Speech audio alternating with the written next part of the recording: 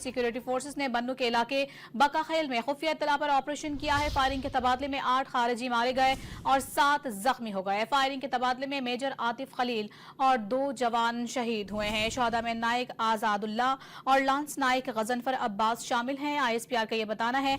Security forces की जानिब से बन्नू के इलाके बकाखेल में यह ऑपरेशन किया गया है। फायरिंग के तबादले में 8 खारिजी हलाक कर दिए गए हैं जबकि 7 जख्मी हुए हैं। फायरिंग के तबादले में मेजर आतिफ खलील और 2 जवान भी शहीद हुए हैं।